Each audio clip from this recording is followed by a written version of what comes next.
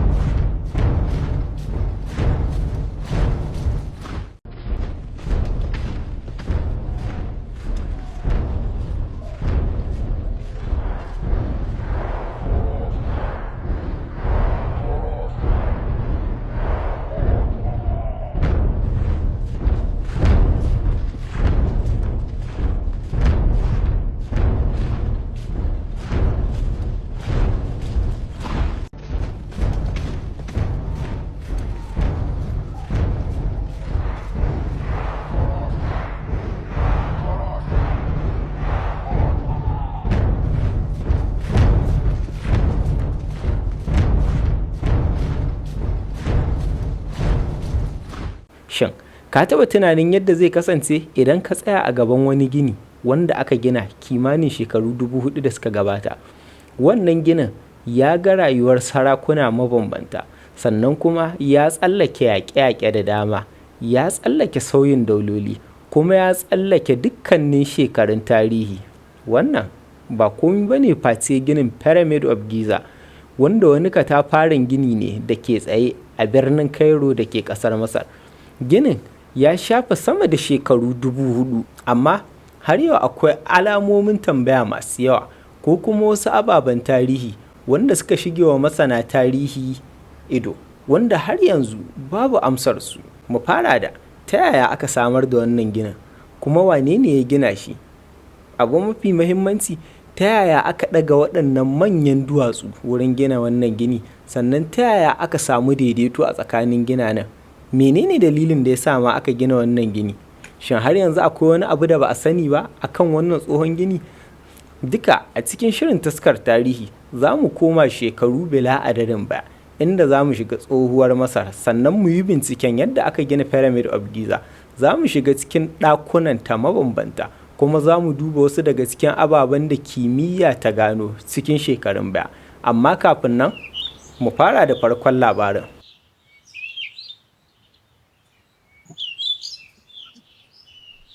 Tabbas ba abu bane mai yiwuwa ya zamana cewa wata al'umma wadda take rayuwa a wani wuri na daban ta tashi da rana tsaka ta samu wani gini mai girman kuwa ba na wasa ba, ya kasance ya yiwu ne kaɗai ba tare da farko ko ƙarshe ba, ko kuma wani misalin abin da ya gina shi.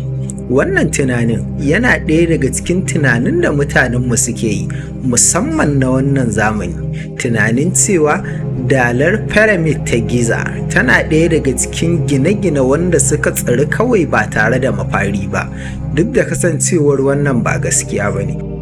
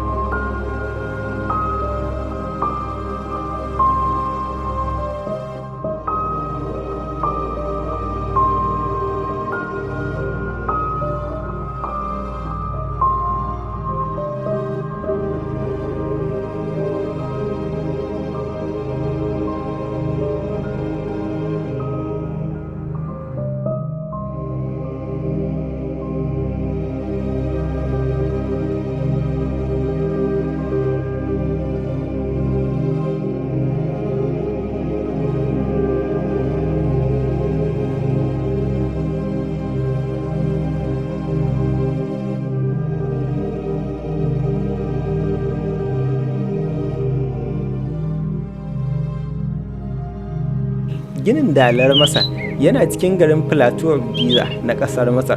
Wurin yana kusa da birnin Cairo a babban birnin ƙasar. A Giza akwai wasu manyan pyramid guda uku wanda suka fi shahara. Na farko ita ce Great Pyramid wadda aka danganta da Fir'auna Khufu. Na biyu kuma ita ce Pyramid of Cafe. Sannan na uku ita ce Pyramid of Mendukure. Amma ɗaya daga cikin ukun, Great Pyramid shine mafi girma kuma yana da babban matsayi na musamman a tarihin duniya. Ta kasance ɗaya daga cikin tsaffin ababen girmamawa ga al'ummar Hellenawa, ko kuma mu ce ɗaya daga cikin ababen da aka lissafa a cikin 7 Wonders of Ancient World, wato wasu abubuwan tarihi guda 7 na tsohuwar duniya. Daga cikin waɗannan abubuwan al'ajabi guda 7 akwai Pyramid of Giza, wanda za mu yi magana a kan shi kai tsaye.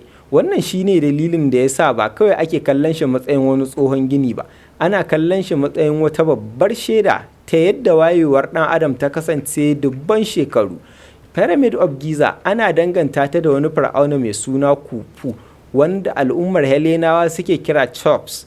Khufu ya kasance fir'auna na daular Egypt ta 4.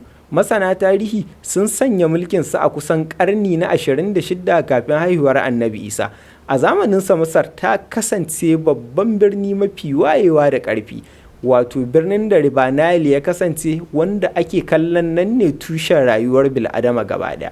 A wannan birni akwai noma, akwai birane, sannan akwai tsarin gwamnati da malamai masu rubutu, akwai kuma ƙwararrun ma'aikata magina, wanda a yanzu za mu iya kiransu architects.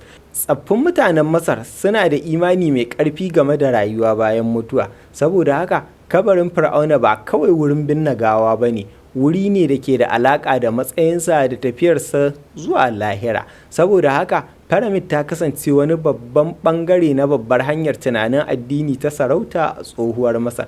Idan ka kalli pyramid daga nesa za ka iya ganin girmansa sosai, amma lambobi ne suka sa mutum ya fahimci girman abin da tsaffin Masarawa suke yi. Asalin pyramid ta kai kusan mita 147 na tsawo. A yau tsayinsa ya ragu saboda abubuwan da suka faru lokacin dubban shekaru da suka gabata, ciki har da rasa wani bangare na duwatsun da suke rufe wajen pyramid. Tushen ta kuwa yana da kusan mita 230 a kowane gefe.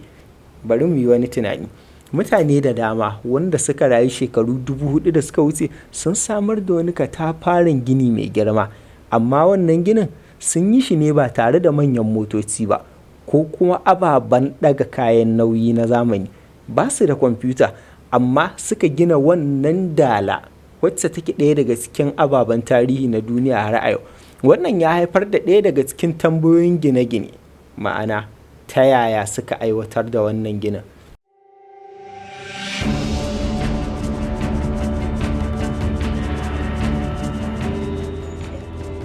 Balaluwan masu nauyin aƙalla tan 2 wanda aka jera su cikin ƙwarewa tare da tsara su ta yanayin da ke ɗaukar hankali fiye da tunanin mai tunani.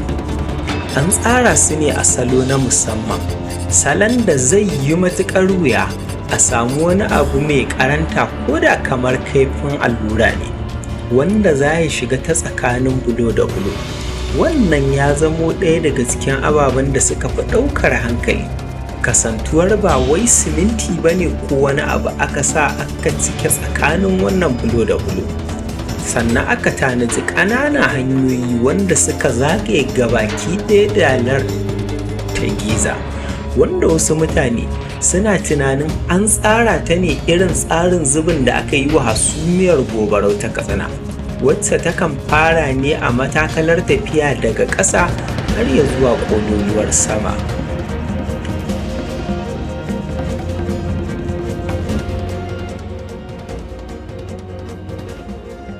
Wannan shi ne ɗaya daga cikin gini mafi abin mamaki a duniya. Abin da muka sani shine an yi amfani da manyan duwatsu, musamman limestone, yayin da ake amfani da granite a wasu muhimman sassa na ciki. Amma yadda aka motsa duwatsun daga quarry zuwa wurin gini, sannan aka ɗora su zuwa manyan matakai, wannan shine inda binciken masana ya zama babban abin sha'awa. Akwai ra'ayoyi mabambanta, wasu suna ganin an yi amfani da ramps, ma'ana hanyoyin gangara wurin silala duwatsun, inda aka yi amfani da su wurin kai duwatsun inda za a yi ginin. Amma akwai tambaya, idan pyramid ta ƙara tsayi ta yaya za a ci gaba da ɗaga ramp ɗin, ma'ana a lokacin da aka wuce matakalar farko aka zo ta biyu, ta yaya za a ci gaba da ɗaga waɗannan duwatsu tun da wasu suna ganin an yi amfani da nau'in silala abu wurin kai duwatsun inda za a yi gini, kuma menene yasa pyramid ɗin yake zagaye a round, ko kuma akwai wasu dabaru da aka haɗa da su. Bayan wannan har yanzu masana ba su da wata amsa guda ɗaya wadda kowa ya amince da ita, amma wannan baya nufin ba su san komai a kai ba. Binciken archaeologists ya nuna cewa tsaffin mutanen Misira suna da ƙwarewa sosai wajen ɗaukar kayan gini daga inda za a yi amfani da su zuwa inda ake buƙatar su. Saboda haka abin da ya fi dacewa mu ce shine an san cewa mutanen zamanin da suna da basira, hikima da kuma tsari na tafiyar da ayyukansu, to wannan yana daga cikin ababen da suka taimaka musu. Wani shahararren labari wanda aka daɗe ana yaɗawa shine cewa dubban bayi ne aka tilasta musu ginin pyramid, amma binciken archaeologists ya kawo wani hoto mai rikitarwa inda aka gano wuraren da ake ganin ma'aikata suna zaune a ƙasa kusa da Giza. An kuma samu hujjojin abinci da tsarin kula da ma'aikata. Wannan ya nuna cewa akwai wata babbar ƙungiyar ma'aikata da aka shirya, ma'ana wani tim wanda ya jagoranci wannan aiki. Duk da haka abin da ya fi ban mamaki shine yadda tsohuwar gwamnatin Masar ta iya tattara mutane, ta ba su abinci da kayan aiki, suka yi aikin duwatsu cikin tsari na tsawon shekaru har suka kammala wannan katafaren aiki. Bari mu shiga cikin Pyramid of Giza yanzu domin mu ga waɗanne abubuwa ne cikinsa.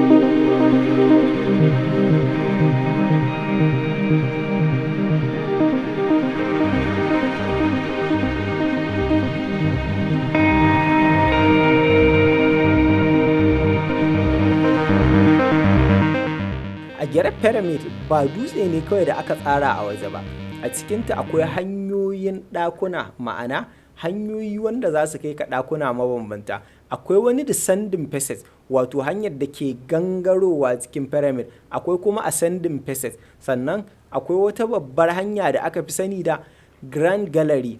Wannan doguwar gallery tana daga cikin abubuwan da suka fi ƙayatarwa a cikin wannan gini na pyramid. Akwai kuma King's Chamber, ɗakin da aka fi danganta shi da wurin binne gawar Fir'auna. Idan za ku tuna a baya mun yi bayanin cewa akwai zargi mai ƙarfi na cewa ginin pyramid an ƙirƙire shi ne asali domin binne gawawwakin tsaffin sarakuna na Masar wanda suka mutu. Wannan ya haifar da tambayoyi masu yawa. Shin an sace gawar ne a zamanin da wanda ba mu riske ta yanzu ba, ko ko an taɓa binne ta a wani wuri daban?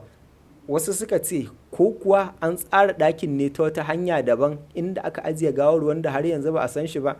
Taƙaitaccen bayani, ba mu da cikakkiyar amsa. A cikin Great Pyramid akwai wasu ƙunƙutattun hanyoyi matsatsu wanda a turanci ake kiransu da suna shafts. Wasu daga ciki suna kaiwa wajen pyramid, ma'ana su fidda mutum waje. Shekaru da dama masana sun yi ta muhawara game da dalilin da yasa aka gina waɗannan hanyoyi. wasu suna cewa an yi su ne domin shakar iska, inda wasu suke alakanta hanyoyin da tsari ne na gabatar da jana'iza. Lokacin da wasu suke shiga akwai yiwuwar lokacin wasu suke fita. Wasu kuma suka ce a'a, waɗannan hanyoyi suna da wata ma'ana ne daban ta addinin mutanen Misira. Wasu daga cikin tsofaffin mutanen Misira suna da ra'ayoyi game da taurari da tafiyar ruhi bayan mutuwar mutum. Saboda haka wasu masana sun yi nazarin yadda wasu daga cikin waɗannan ƙuƙutattun hanyoyin ɗin suke kallon sararin samaniya. Amma bai kamata mu ɗauki kowanne daga cikin waɗannan ra'ayoyi a matsayin tabbataccen bayani ba. Wannan shine abin da ya sa binciken pyramid yake da ban sha'awa sosai. Akwai abubuwan da muka sani, akwai abubuwan da muke tsammani, sannan kuma har yau akwai abubuwan da ba mu sani ba. Bari ka ji wani wuri inda labarin ya ƙara canza. Kimanin dubbannin shekaru da suka wuce, mutane suna iya kallon ginin Pyramid of Giza ne kaɗai ta waje kafin zuwar shekarar 2018, inda wani binciken kimiyya ya bayyana wani abu mai ban mamaki. Masu bincike sun yi amfani da wata fasaha mai suna montomography, inda suka aika wasu ƙananan burbushin abubuwa daga sararin samaniya suka ratsa cikin waɗannan gine-ginen masu kauri. Sannan masana suka yi amfani da wannan dama wajen bincikar cikin abin da ke cikin Pyramid of Giza, inda suka gano wani abu wanda ake kira da suna Scan Pyramid Big Void. Wannan sarari yana sama da Grand Gallery. Bincike ya nuna cewa yana da tsawon akalla kusan mita 30, amma akwai wata matsala. Masana ba su san ainihin abin da yake cikin wannan sarari da suka gano ba, ba su san cikakken aikinsa ba, ko ba su iya shiga cikinsa ba kai tsaye. Saboda haka tambayar ta kasance, me yasa aka bar irin wannan babban sarari a cikin Pyramid of Giza? Wannan sarari wani faɗaɗɗen wuri ne wanda babu komi a ciki, sannan ba a tanaji wani abu wanda aka ajiye ciki ba. Wannan yana daga cikin dalilin da ya sa hankalinsu ya dugunzuma, inda suka rika tunanin menene dalilin da ya sa wannan wuri aka bar shi a matsayin empty space, babu wata ajiya ko wani abu mai amfani da aka aje. Sannan kuma ɗaki ne, wata ajiya, ko kuma wani abu ne mai mahimmanci na taron ibada? Har yanzu babu amsar shi. A cikin binciken da aka gabatar a baya-bayan nan, ya ƙara bayyanar da wani korido a kusa da arewacin fuskar pyramid. Wannan korido yana da kusan mita 9 na tsawo, kuma girman sashensa ya kusa mita 2/2. Babban abin mamaki shine cewa ba a gano shi bane a kwanakin baya ta hanyar karya pyramid ba. An yi amfani da hanyoyin zamani na bincike marasa lalata ginin. Wannan ya nuna yadda fasahar zamani take taimakawa masana bincike akan tsofaffin mutanen da suka bari. A da, masu bincike suna ƙoƙarin tono ne kaɗai. Zuwa yanzu, inda suke yin amfani da wasu abubuwa na kimiyya da fasaha domin binciken gini. Wannan ya canza gaba ɗaya yadda ake kallon ginin pyramid a shekarun baya da kuma yau. Amma duk da haka, akwai wasu sirrika ko wasu camfe-camfe wanda mutane suka ɗora a kan Pyramid of Giza, inda wasu suka ambaci Dalar Giza da cewa baƙin halittu ne daga wata duniya suka zo gina su. Wasu kuma suka ce akwai wata tsohuwar fasaha wacce ta ɓace. Wasu kuma suka yi bayanin wurin yana ɓoye da wasu babban bayanai ko sirrika na duniya wanda tono su ka iya lalata duniya.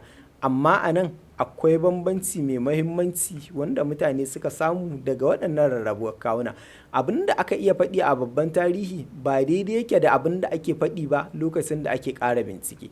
Babu ingantacciyar hujjar archaeologist da ta tabbatar da cewa baƙin halittu ne daga wata duniya suka gina pyramid. Sannan babu hujjar da ta nuna cewa wata halitta daga sararin samaniya ta zo ta taimaka wa mutanen Masar a lokacin da suke gina wannan pyramid. Haka kuma ba mu da wata hujjar pyramid wadda ta nuna cewa wata na'urar zamani ce ko makamashi aka yi amfani da ita. Amma ba wannan yana rage wasu ababen mamaki da ke tattare da shi ba, domin gaskiyar ita kanta ta isa ta ba mutum mamaki sosai. Yana daga cikin manyan tambayoyin da mutane suke yi, menene dalilin da ya sa ginin pyramid yawan har ya zuwa wannan lokaci, bayan dauloli da yawa sun ruguje, gine da yawa sun rushe, wasu wuraren an neme su sama ko ƙasa sun ɓace ɓat, kamar irin su birnin Atlantis. Amma har wa yau ana ci gaba da ganin ginin pyramid ko kuma dalar pyramid, duk da kasancewarta ɗaya daga cikin tsofaffin ababen al'ajabi na duniya. Bari mu yi duba daga cikin wasu dalilai.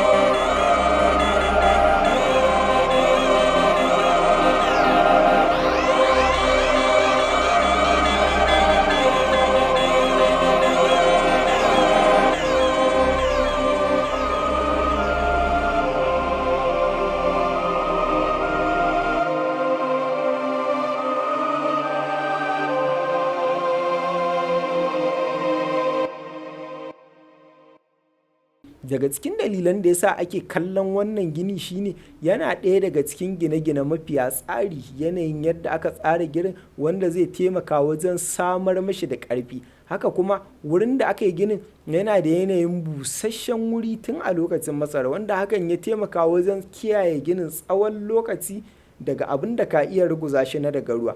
Amma lokaci bai bar pyramid yadda aka gina ta ba, tana da wani santsi mai kyau na casing stone a waje. Yawancin waɗannan duwatsu sun ɓace a tsawon tarihi, saboda haka pyramid ɗin da muke gani a yanzu ba ta kasance ba a yanayin da mutane suka same ta shekaru baya da suka wuce.